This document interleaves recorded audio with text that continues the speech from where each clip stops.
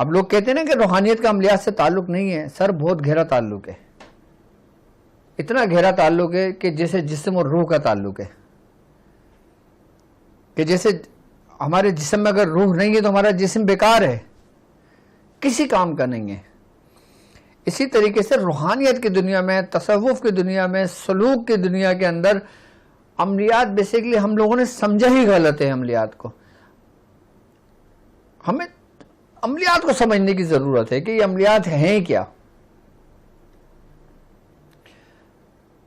آپ سرکار دو عالم صلی اللہ علیہ وآلہ وسلم کی تعلیمات سے لے کر آج تک کی تعلیمات کو آپ دیکھ لیں, اور حضرت امام مہدی علیہ السلام کی تعلیمات کو دیکھ لیں, ہر شخص کو کچھ نہ کچھ تعلیم ضرور کیا جاتا ہے, چاہے وہ ذکر ہو, چاہے وہ رب کا کوئی نام ہو, چاہے وہ قرآن کی آیات ہو, چاہے وہ قرآن کی سورت ہو, چاہے وہ بزرگوں کے منہ سے نکلے ہوئے دعائے کلمات ہوں, دعائیہ کلمات ہوں, یا جو بزرگوں نے اعمال کیے ہیں وہ اعمال ہوں. ان کا پیروکار ہونا, ان کا پیروکار بننا عامل کہلاتا ہے. اب ہم نے اس کو دنیاوی بازاری نام دے دیا ہے, جبکہ ایسا نہیں ہے. یہ ہماری اپنی غلط فہمی ہے. میں اس بارے میں ڈیٹیلز میں آپ کو سمجھا چکا ہوں. اب لوگ کہتے ہیں نا کہ جو لوگ عملیات کے چکر میں پڑتے ہیں وہ پھر سلوک سے دور ہو جاتے ہیں, جو لوگ عملیات سے پڑھتے ہیں وہ سلسلے کے راستے سے دور ہو جاتے ہیں, جو لوگ عملیات کے چکر میں لگ جاتے ہیں پھر وہ اس طریقے کے راستے سے دور ہو جاتے ہیں. ایسا ہرگز نہیں ہے, جبکہ اس کے بغیر یہ راستے ناممکن ہے آپ طے کر پائیں. اس کو تھوڑا سا آپ کو سمجھانا آپ کے لیے بہت زیادہ ضروری ہے, کیونکہ لوگ کہتے ہیں نا کہ میں جو اعمال تعلیم کرتا ہوں, میں جو سلسلے کی تعلیمات کرتا ہوں, میں جو ذکر و اذکار تعلیم کرتا ہوں, لوگ سمجھتے ہیں کہ بھائی یہ تو عامل ہے, جبکہ میں عامل نہیں ہوں. میں تو سلسلے کی ان تعلیمات کو عام کر رہا ہوں جس میں نے خود اپنی زندگی بسر کی ہے. اب یہ آپ کے سوچنے کا, آپ کے سمجھنے کا زاویہ ہے, کیا آپ کس زاویے سے سوچتے ہو, کس اب آپ کی جو فراست ہے, آپ کی جہاں تک حد ہے دماغ کی, آپ وہاں تک سوچ سکتے ہو. اب اگر کوئی شخص لا الہ الا اللہ کا ذکر کر رہا ہے, اب اس ذکر کو کنٹینیو کرنے والا, تواتر کے ساتھ پڑھنے والے کو آپ کیا کہو گے؟ ذاکر, کہ وہ ذکر کرتا ہے رب کا. اب جب وہ ذکر کر رہا ہے آپ اس کو ذاکر کہہ رہے ہو, تو وہ عمل کس چیز پہ کر رہا ہے آپ مجھے یہ بتائیں. عمل اسی پہ کر رہا ہے نا جو اس کو ذکر تعلیم کیا گیا. ذکر کرنے والا ذاکر کہلاتا ہے. آئی بات سمجھ میں؟ اب ذاکر عمل کر رہا ہے نا, اور عمل کرنے والے کو کیا کہیں گے؟ عامل. اب بتائیں کتنا گہرا تعلق ہو گیا. اب اس کی مثال ایسے ہی ہے کہ جیسے ایک شخص کے دو نام, کہ جیسے میں ہوں کہ میرا نام واجد ہے لیکن میں محمد واجد کے نام سے پکارا جاتا ہوں, میں عبد الواجد کے نام سے پکارا جاتا ہوں. اب کوئی مجھے عبدل کے نام سے پکارے, اب میں اس کو بولوں نہیں بھائی میرا نام واجد ہے, عبدل کے نام سے نہ پکارو مجھے. اب کوئی مجھے ڈاکٹر کہتا ہے, اب میں اس کو کیا بولوں گا؟ بھائی ڈاکٹر نہیں کہو, مجھے واجد کہو. اب میری نسبت آگے شاذلی لگ جاتی ہے. مجھ پر کوئی فرق پڑتا ہے؟ کوئی فرق نہیں پڑتا. کوئی مجھے شاذلی صاحب کہے, کوئی مجھے مولوی صاحب کہے, کوئی مجھے عامل کہے, کوئی مجھے واجد کہے, کوئی مجھے عبدل کہے, کوئی مجھے ڈاکٹر کہے سب کس کو رہے؟ ایک واجد کو. بالکل اسی طریقے سے مثال جو نا روحانیت کے رستے کی ہے. اس پہ عمل کرنے والے کو زاہد بھی کہتے ہیں, عابد بھی کہتے ہیں, عامل بھی کہتے ہیں. اب جیسے کوئی عبادت گزار بندہ ہے اس کو عابد کہہ دیا, بھائی یہ تو بڑا عابد ہے. اب یہ ذکر کرتا ہے, بہت ذکر کرتا ہے, یہ ذاکر ہے. اچھا یہ سورہ فاتحہ کا عمل کر رہا ہے, یہ عامل ہے. سورہ قریش پڑھ رہا ہے, یہ عامل ہے, عمل کر رہا ہے اس پہ. اب بتائیں یہ سلسلے سے ہٹ گیا یا سلسلہ یہ اس چیز کو سمجھنے کا نام ہے عملیات. اب سلسلے کی جتنی تعلیمات ہیں, اب میاں حضور کو میں نے اپنی پوری زندگی میں دیکھا. میں نے میاں حضور کا وہ زندگی کا حصہ لیا جب میاں حضور اپنی پوری جوانی عروج پہ تھے, اور اس وقت میں نے اس راستے میں قدم رکھا تھا, سلوک کے راستے میں. اور جب بادشاہ پورا جوان ہو, اپنے شباب پر ہو, عروج پر ہو, اور جب آپ اس کی صحبت اختیار کریں آپ کی تربیت مختلف زاویے سے ہوگی. اور جب بادشاہ اپنے انتہا کی عروج پر پہنچ جائے, یعنی کہ ایک جوانی کا شباب اور ایک بالکل وہ عمر کہ جو انتہا پر ہو، اور جب اس میں کوئی تربیت آتی ہے اس کے دائرے میں فرق ہوتا ہے. یعنی کہ ایک بادشاہ کی 3 زندگی کے حصے ہم کرتے ہیں، ایک اس کا جوانی، ایک اس کا بچپن کا حصہ، ایک اس کی جوانی کا حصہ، اور ایک اس کا انتہا کا حصہ. اب جیسے حضرت نظام الدین اولیاء محبوب الہی ہیں، آپ بابا فرید الدین مسعود گنج شکر سے آپ انتہائی وقت میں ملے. آپ کا بالکل انتہائی وقت تھا، آپ کا ابتدائی وقت تھا. اب اسی طریقے سے آپ حضرت صابر پیر رحمۃ اللہ علیہ کو دیکھ لیں، آپ ابتدائی کے وقت کے ساتھی ہیں.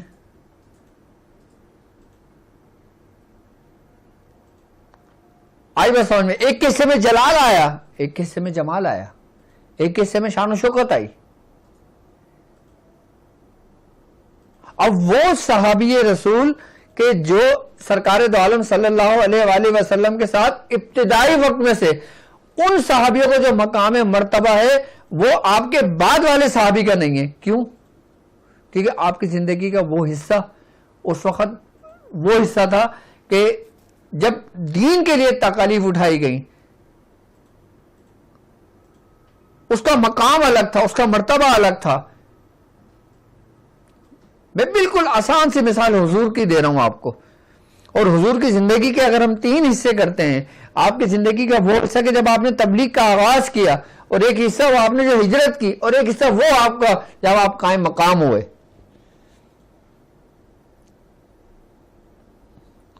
اور اس دوران جتنے صحابی رسول آپ کی بارگاہ میں داخل ہوئے، وہ سب کے درجات اور جتنے بھی گزرے ہیں وہ ایک سے بڑھ کر ایک سبقت لے جانے والے تھے. لیکن کوئی ایسا صحابی رسول نہیں ہے کہ جو حضرت ابوبکر صدیق رضی اللہ تعالیٰ سے سبقت لے جائے. تو یہ ترتیب چلی آ رہی ہے انسان کی زندگی کی. اب روحانیت کے رستے کے اندر، عملیات کے رستے کے اندر، اس سفر کے حصے کے اندر اگر میں اپنے مرشد کے پیروکار، میں ان کا پیروکار ہوں، میں ان کے رستے پہ چلتا ہوں، ان کی تعلیمات کو عام کرتا ہوں، تو میں نے یہ دیکھنا ہے کہ میں نے ان کی زندگی کا کون سا حصہ میں نے اپنی زندگی اس زندگی میں صرف کری. مجھے وہ جو وہاں کے اس جوانی کے جو مشاہدات مجھے ملے وہ شاید آپ کے نصیب میں نہ ہو، اور لیکن جو آپ کے حصے میں جو ملے وہ شاید کسی اور کے حصے میں نہ ہو، آپ کے بعد آنے والوں کے.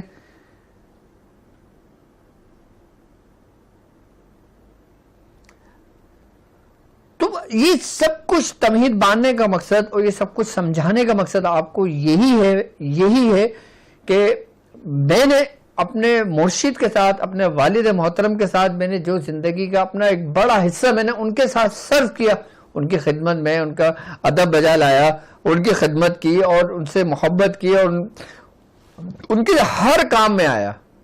تو مجھے جو کچھ وہاں سے اس وقت میں ملا نا، وہ آج کے وقتوں میں وہ بیادیں نہیں کھلتی میاں حضور کی، کیونکہ اس کی آدھی بیادیں تو میرے حصے میں آئی جو میں اپنے پاس لے کر خاموشی سے سائڈ میں ہو گیا. اور جو کچھ انہی بیادوں تو کھول کر میں آپ کو تعلیم کرتا ہوں، کیونکہ میں نے خود سنا، خود سیکھا، خود دیکھا، خود پڑھا، خود پریکٹیکل کیا، خود آپ کو تعلیم کیا.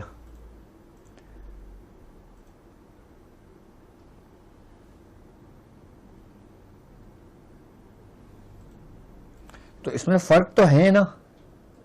تو یہی کچھ آپ کو سمجھانے کا مقصد ہے کہ ہم جو سلسلے کی تعلیمات کو عام کرتے ہیں، جو سلسلے کے ذکر و اذکار بتاتے ہیں، جو اعمال تعلیم کرتے ہیں، یہ روحانیت ہی ہے.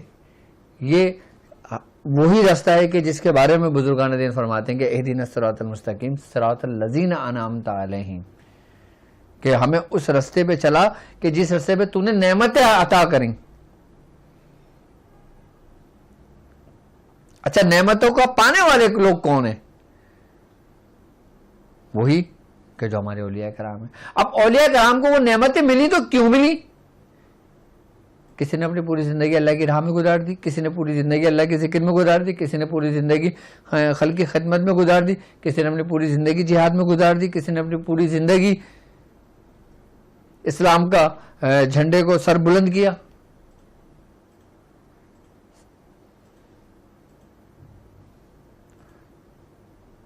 تو ہر شخص اپنی اپنی زندگی اپنے اپنے زاویے سے گزارتا ہے. ہر دور میں انسان کی زندگی کے جو گزارنے کے طریقہ کار ہوتے ہیں وہ تبدیل ہوتے رہتے ہیں.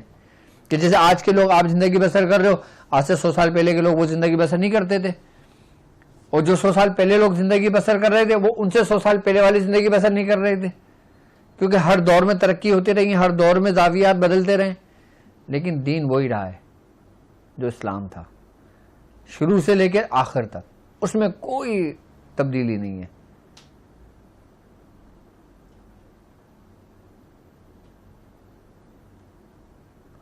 اسی لیے آج میں ایسا عمل آپ کے لیے لایا ہوں جو خود سرکار دو عالم صلی اللہ علیہ وآلہ وسلم کا فرمان عالی شان ہے، جو شخص اپنی پوری زندگی میں صرف ایک بار اس عمل کو کر لیتا ہے، ایک بار اس دعا کو پڑھ لیتا ہے، صرف ایک بار اس کو سچی نیت سے کر لیتا ہے، تو حضور کریم صلی اللہ علیہ وسلم فرماتے ہیں کہ وہ شخص صاحب ایمان اس دنیا سے جاتا ہے، اور آپ فرماتے ہیں کہ میں خود ضامن ہوں، میں اس کو ضمانت دیتا ہوں اس کی جنتی ہونے پر کہ وہ جنت میں داخل ہوگا، صرف ایک بار عمل کر لینے سے۔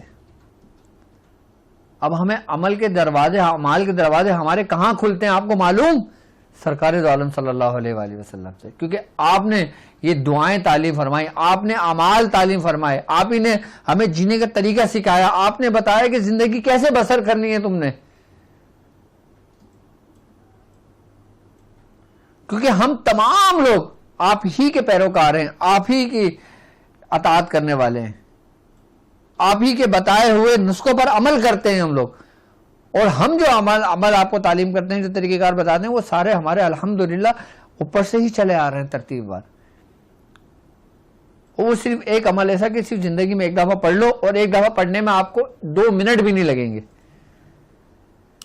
حضور کیا فرما رہے ہیں کہ میں اس کے جنتی ہونے کا ضامن ہوں۔ اور پھر اسی عمل کے بارے میں، اسی دعا کے بارے میں حضرت جابر بن رضی اللہ تعالیٰ عنہ فرماتے ہیں کہ سرکار دو عالم صلی اللہ علیہ وآلہ وسلم کا فرمان عالی شان ہے کہ اللہ آپ نے فرمایا کہ انسان کے جسم کے اندر 3000 بیماریاں موجود ہیں۔ کون فرما رہا ہے؟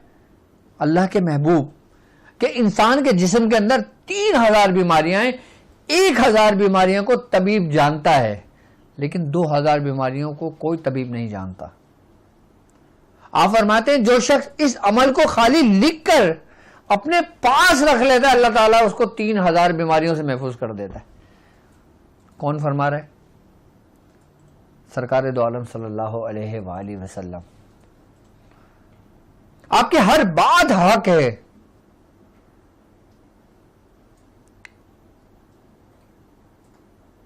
اور ایسا عمل جو خود حضرت ابو بکر صدیق رضی اللہ تعالیٰ عنہ فرما رہے ہیں، آپ فرما رہے ہیں کہ اس عمل کے بارے میں، اس دعا کے بارے میں سرکار دو عالم صلی اللہ علیہ وآلہ وسلم کا فرمان عالی شان ہے کہ جو شخص لکھ کر اس کو اپنے پاس رکھے وہ سانپ اور بچھوؤں سے محفوظ رہے۔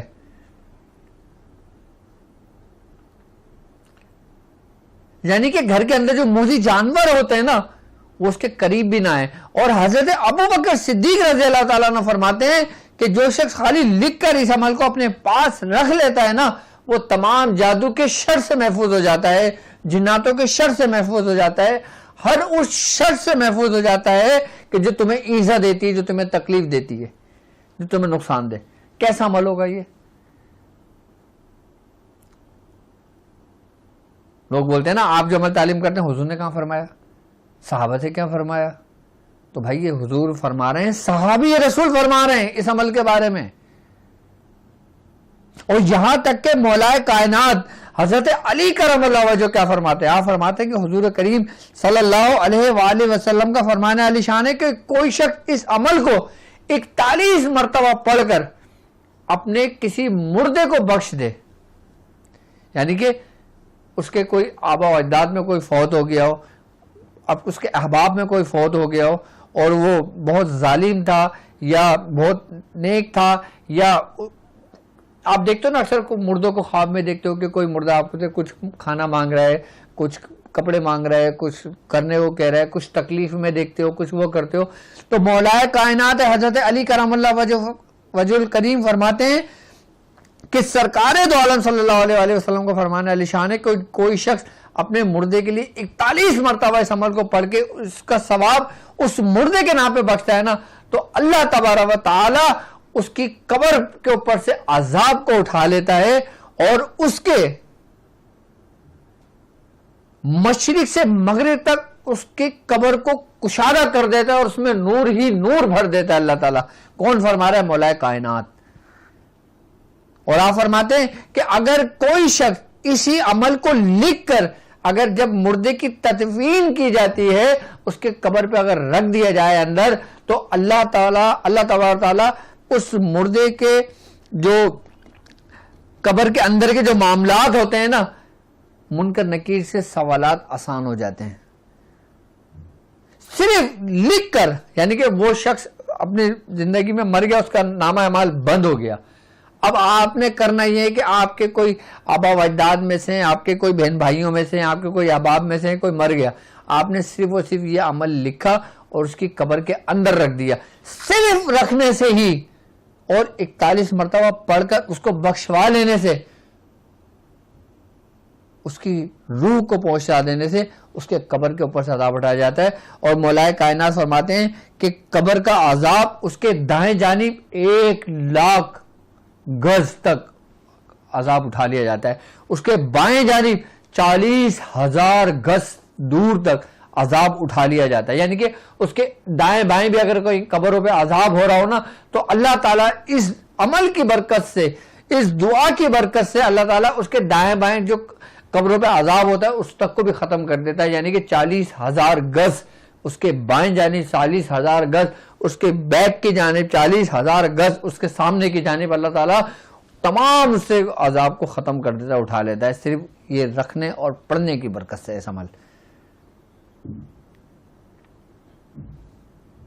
رزق کے لیے آپ نے بہت عمل کیے ہیں، کاروبار کے لیے آپ نے بہت عمل کیے ہیں، آئی بس جادو کو ختم کرنے کے بہت عمل کیے ہیں. کیا آپ نے مرنے کے بعد کی کوئی تیاری کی ہے؟ کیا معلوم آپ عمل پڑھ رہے ہوں، آپ کا وقت اجل آ جائے. اس کی کیا تیاری کری ہے آپ نے؟ اس عمل کو کہتے ہیں عہد نامہ. اور عہد نامہ ایسا کہ ہر شخص اس سے واقف ہے لیکن اس کی اہمیت سے غافل ہیں، عہد نامے سے غافل ہیں. حضور نے یہ عہد نامے کے بارے میں فرمایا کہ جو شخص ایک بار اپنی زندگی میں، اپنی پوری زندگی میں صرف ایک بار اگر وہ پڑھ لے اور اس کو اپنے پاس رکھ لے، میں اس کو جنتی ہونے کی ضمانت دیتا ہوں. کیونکہ یہ وہ عہد نامہ ہے جو روحوں سے میثاق کے دن، یعنی کہ الست کے دن، کہ جب رب نے فرمایا تھا کہ کیا میں تمہارا رب نہیں ہوں، تب روحوں نے جو سنا تھا وہ یہی عہد کیا تھا، یہی عہد نامہ کیا تھا. قالوا بلا، کیوں نہیں.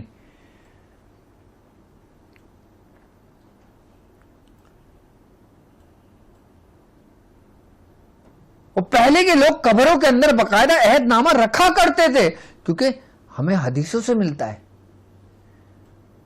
آج کل کے کچھ زیادہ ہی پڑھے لکھے لوگ وہ ان چیزوں کو نہیں مانتے، لیکن ہم الحمدللہ ہمارا عقیدہ ہے کہ جو حضور نے فرمایا وہ حق فرمایا، جو حضور نے کہا وہ حق کہا. آپ ذرا اپنے آبا و اجداد کے لیے، جو لوگ آپ کی دنیا سے رخصت ہو گئے، اگر آپ ان سے محبت رکھتے ہو، آپ صرف 41 مرتبہ پڑھ کر ان کو اصال کر دیں. میں نہیں کہتا، یہ حضور کریم صلی اللہ علیہ وآلہ وسلم کا فرمان ہے کہ اللہ تعالیٰ اس کی قبر سے عذاب کو اٹھا لیتا ہے صرف عہد نامے کی برکت سے. وہ کتنا عہد نامہ، میں سمجھتا ہوں کہ اب بالکل لوگ اس کو بھلاتے جا رہے ہیں. اس کو یاد دلانے کے لیے میں نے آج کی ٹرانسمیشن کی ہے کہ عہد نامے کو دیکھو، عہد نامے کو پڑھو. آپ کے ہر پنسورے میں موجود ہے، آپ کی اسکرین پر موجود ہے، آپ وہاں سے اسکرین شاٹ لے لو، آپ کو پی ڈی ایف مل جائے گی، آپ پی ڈی ایف میں دیکھ لو عہد نامہ.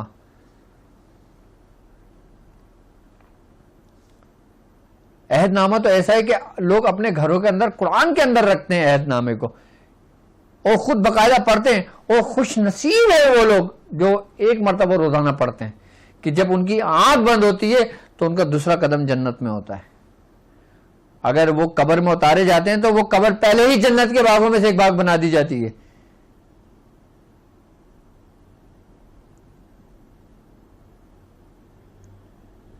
یہ وہی عہد نامہ ہے کہ جس کے پڑھنے والے پر عذاب ایک رائی کے دانے کے برابر بھی نہیں ہوتا، ایک رائی کے دانے کے برابر.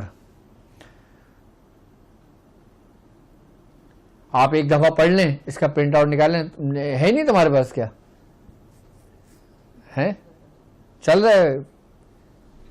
ٹھیک ہے، عہد نامہ موجود ہے. آپ اس کا پرنٹ آؤٹ نکال کے رکھ لیں، آپ اپنے ہاتھ سے لکھ لیں. اور کتنے خوش نصیب لوگ ہوں گے جو اپنے ہاتھ سے لکھ کے رکھ لیں گے اور اپنے بچوں کو وصیت کریں گے کہ بیٹا جب میں دنیا سے جاؤں تو یہ میرا ہاتھ کا لکھا ہوا عہد نامہ میرے کفن میں رکھ دینا. دنیا کے لیے تو سب اعمال کر رہے ہوتے ہیں، آخرت کے لیے ایک چھوٹی سی تیاری ہے، یہ کر لو. موت و زندگی کا نہیں پتا کسی کا، لیکن حقیقت ہے یہ بات کہ انسان کی اصل زندگی اس کے مرنے کے بعد شروع ہوتی ہے. ابھی کی جو زندگی ہم بسر کر رہے ہیں نا، یہ ہماری مثال بالکل ایسے کہ جیسے ہم رات کی نیند لیتے ہیں. اب سو رہے ہیں نا، ہمیں کوئی ہوش ہی نہیں، لیکن خواب دیکھ رہے ہیں. کبھی ہم خواب دیکھ رہے ہیں کہ ہوا میں اڑ رہے ہیں، کبھی خواب دیکھ رہے ہیں کہ جنگلوں میں گھوم رہے ہیں، کبھی خواب دیکھ رہے ہیں ہم کسی اچھی جگہوں پہ جا رہے ہیں، کبھی خواب دیکھ رہے ہیں کہ ہم سمندر کا سفر کر رہے ہیں، کبھی خواب دیکھ رہے ہیں ہم کسی ملک چلے گئے، کبھی کسی ملک چلے گئے، بہت خوش ہو رہے ہیں. اور کبھی خواب کے اندر تمہیں ہدایت کی جاتی ہے، تمہیں تنبیہ کی جاتی ہے، تمہیں تاکید کی جاتی ہے، پھر تمہیں بشارتیں خواب میں دی جاتی ہیں. کیونکہ خواب نبوت کا 46واں حصہ ہے. اچھے خواب اللہ کی طرف سے ہیں اور برے خواب شیطان کی طرف سے ہوتے ہیں. کہ جس طرح ہم اپنی زندگی بسر کرتے ہیں رات کو سوتے وقت کہ ہمیں ہوش نہیں ہوتا، ہم بے خبر سو رہے ہوتے ہیں، ایسی ہی ہماری دنیا کی زندگی ہے. جب ہم جاگتے ہیں نا، جب ہمیں یہاں پہ موت واقع ہوتی ہے تو اصل زندگی تب شروع ہوتی ہے.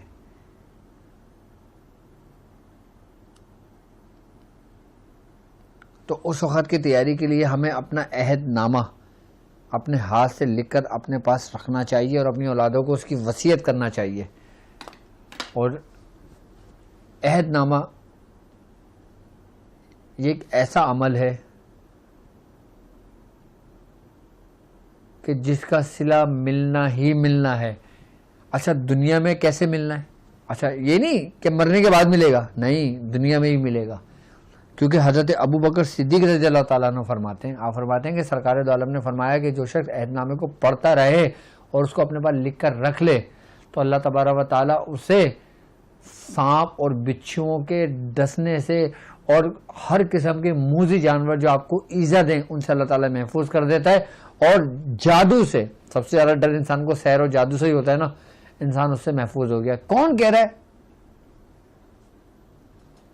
امیر المومنین حضرت ابوبکر صدیق رضی اللہ تعالیٰ عنہ. تو رستے تو آپ نے ہی ہم لوگوں کو تعلیم کریں.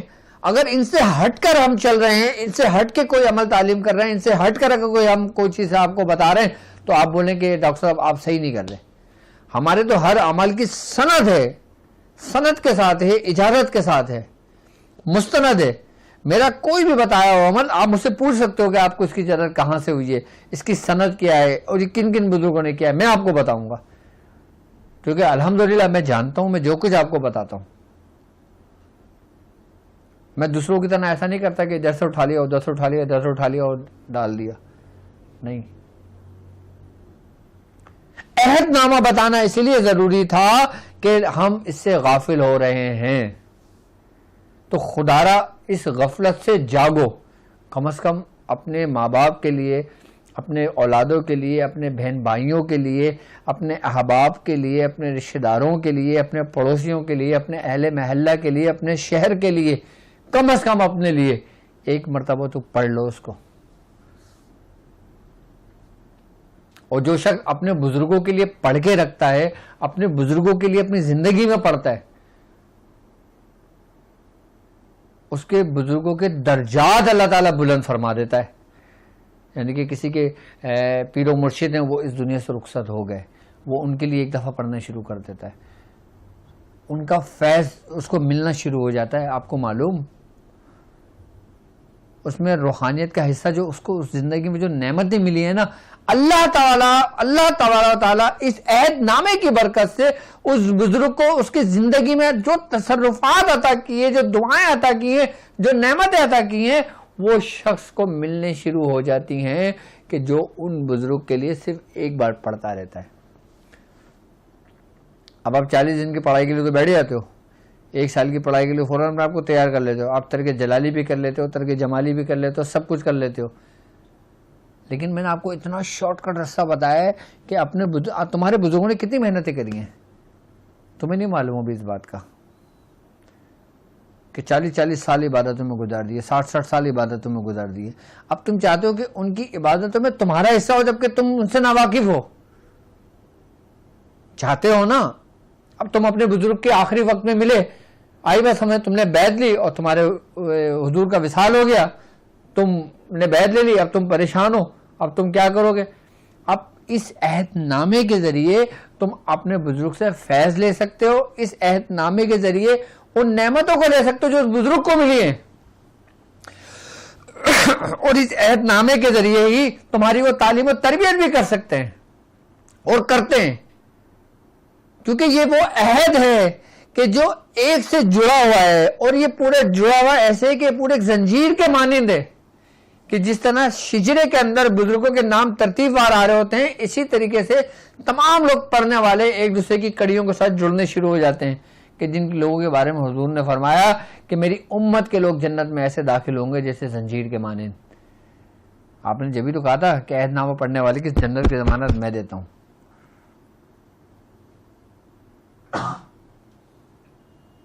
لیکن افسوس، ہائے افسوس، سدا افسوس کہ ہم بھولتے جا رہے ہیں۔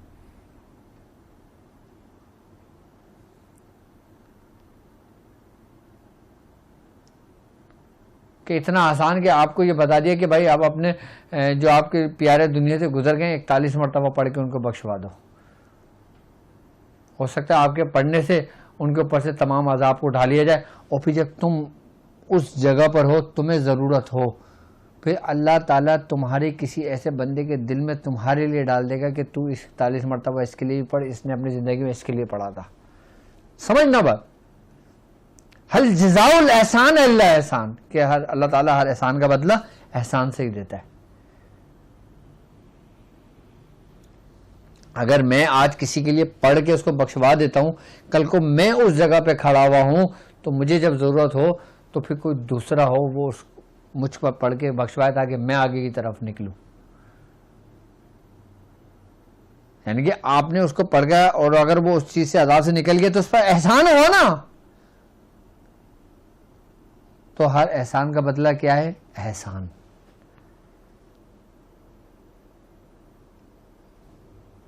تو میں نے آپ کو آج کا عمل، ایسا عمل تعلیم کیا ہے جو آپ کی زندگیوں کو جوڑ دے گا، جو مرنے کے بعد، اچھا جو لوگ چاہتے ہیں نا کہ دنیا میں اپنے پیاروں کے ساتھ رہیں، آخرت میں بھی اپنے پیاروں کے ساتھ رہیں، ایسا بھی ممکن ہے اگر آپ عہد نامے کے رسی کو مضبوطی سے تھامتے ہو تو۔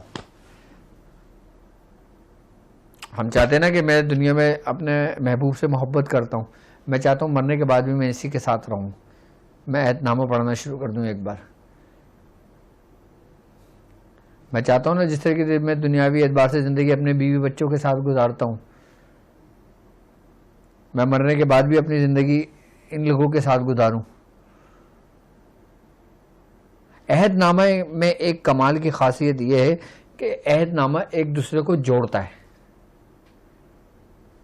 عہد نامے کے اندر جوڑنے کی ایک قوت موجود ہے، ایک روحانیت موجود ہے، ایک نور موجود ہے، ایسا نور کہ جو صرف جوڑنے کی قوت رکھتا ہے،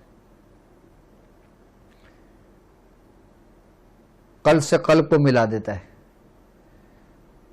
وہ پوری ایک زنجیر کے جوائنٹ بنا دیتا ہے۔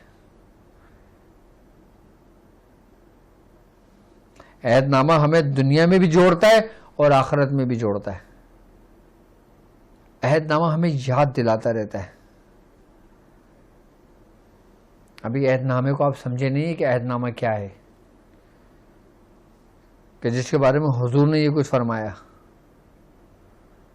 یہاں تک کہ مجھے یاد آیا حضرت عبداللہ بن مسعود رضی اللہ تعالیٰ عنہ سے روایت ہے کہ حضور کریم صلی اللہ علیہ وآلہ وسلم نے اپنے اصحاب سے فرمایا کہ تم اس بات سے عاجز ہو کہ صبح و شام اللہ تعالیٰ سے عہد کر لیا کرو، کہ اللہ تعالیٰ سے صبح و شام عہد کر لیا کرو۔ عرض کی، فرمایا کیسے؟ آپ نے فرمایا جو شخص صبح و شام عہد نامے کو ایک دفعہ پڑھے گا، ایک فرشتہ اس پر مہر لگا کر عرش کے مصلے کے نیچے رکھ دے گا، اور بروز قیامت منادی دی جائے گی، یعنی کہ منادی کرے گا کہ وہ لوگ کہاں ہیں کہ جن کے لیے اللہ کے پاس عہد ہے، تو وہ جنت میں داخل ہوگا، یعنی کہ وہ لوگ کہ جن کے پاس اللہ کے پاس عہد ہے ان کا، کہ انہوں نے دنیا میں عہد کیا تھا۔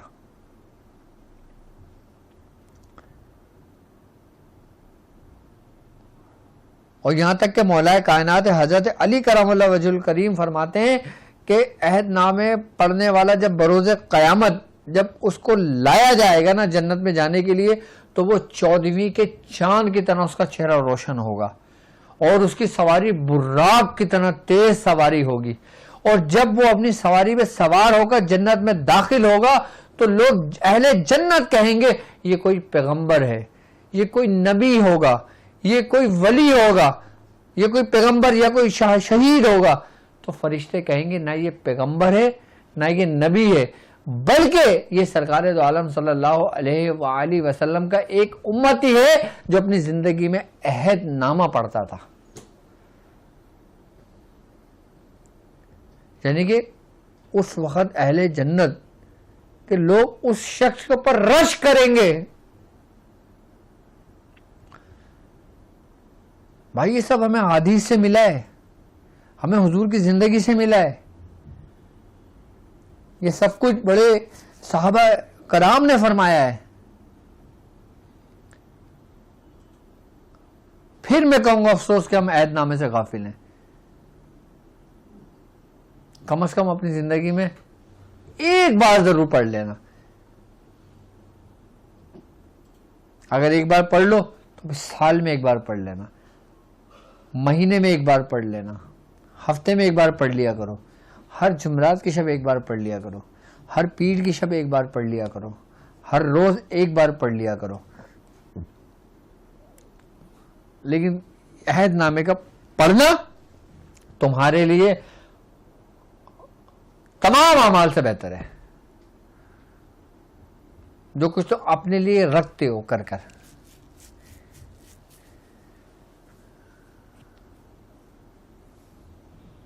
ہم جو کچھ بھی اپنے لیے اپنی آخرت کے لیے سامان جمع کرتے ہیں نا، وہ تو بہتر ہے، وہ ایک نور ہے جو ہم کچھ اپنے لیے سمیٹ کے رکھ رہے ہیں اپنی آخرت کے لیے۔ اور پھر جو لوگ عہد نامہ پڑھتے ہیں پھر اس کی مثال ایسی ہے جیسے نور علی نور۔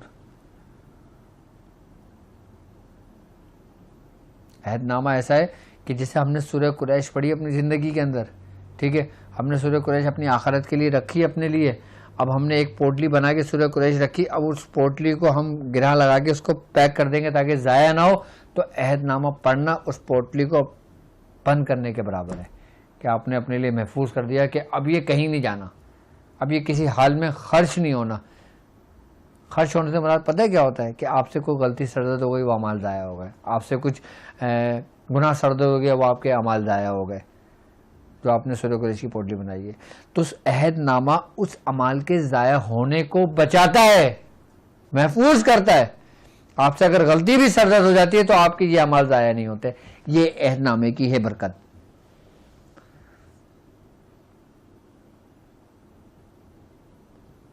آپ نے سنا ہے نا تاریخوں میں کہ آپ لوگ کچھ لوگ ایسے کی بھی ہم نے واقعہ سنے کہ جو مقبول بارگاہ لوگ تھے ان کے اعمال ضائع کر دیے گئے۔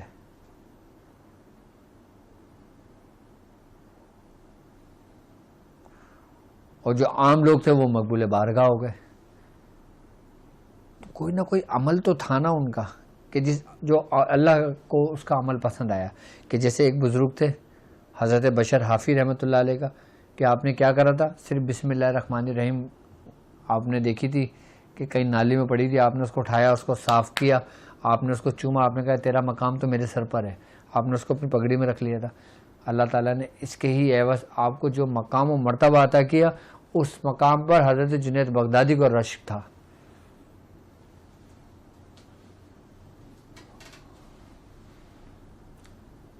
عمل کرنے والے کو کہا جاتا ہے نا. آپ کوئی نیک عمل کر لو, آپ کسی اللہ کی راہ میں خرچ کر دو, یہ بھی عمل ہے آپ کا, اور اس کا کرنے والا عامل کہلاتا ہے. لیکن ہائے افسوس, صد افسوس کہ ہم نے عاملین کے نام کو غلط لے لیا.